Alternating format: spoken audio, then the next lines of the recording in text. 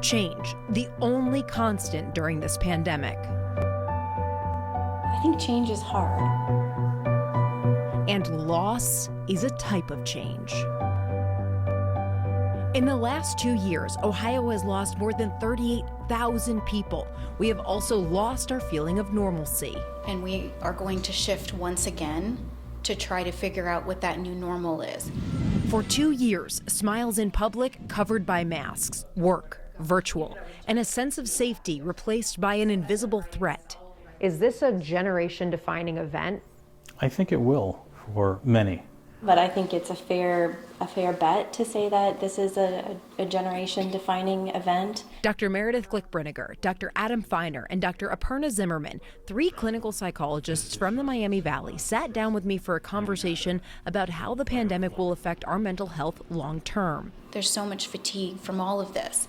The data shows just how difficult the pandemic still is. Nearly 30% of people in Ohio reported feelings of anxiety in a CDC survey from last month. Meanwhile, close to 22% said they've had symptoms of depression.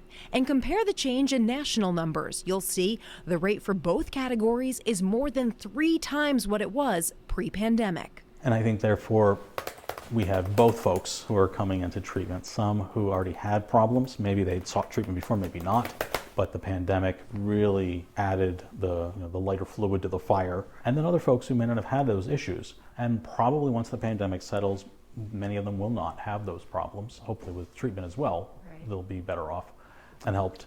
I think we have seen an increase in severity. And an inability to escape pandemic-related stress due to its ongoing nature wears down the body. Whereas we're treating folks or providing care for individuals, it can be very difficult to help them, let's say, eliminate the depression, eliminate the anxiety, because there's no chance to rest up and really recover in the way that we would like the person to. But while we're all going through the pandemic, we're not all going through it in the same way. I think it is true that a lot of us have gone through traumatic experiences. This is where I would say not everyone who's experiencing COVID-19 in some way or the other has necessarily experienced trauma.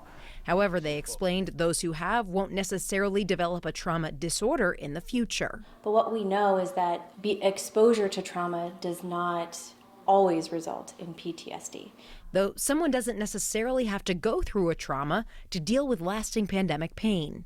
Folks who are younger who missed their graduation, major events in their lives, people getting together, or missed funerals, and will be dealing with the effects of that for time to come. And I don't think that the memory of those things, of course, will not fade.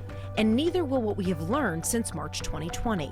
We've grown, as the pandemic and when it ends, whatever that new normal is, as people have shifted, whether it's gone through grief, loss, whatever their challenges have been, they've now learned to cope with that over the course of 2 years, 3 years. Making us stronger for what comes next. And I think people have developed a unique resilience throughout this pandemic. And I think as we come out of it, we're going to see that that's going to play a big part in their coping, which I do think is going to be in some ways better. They've now changed and shifted. Molly Kowick, News Center 7.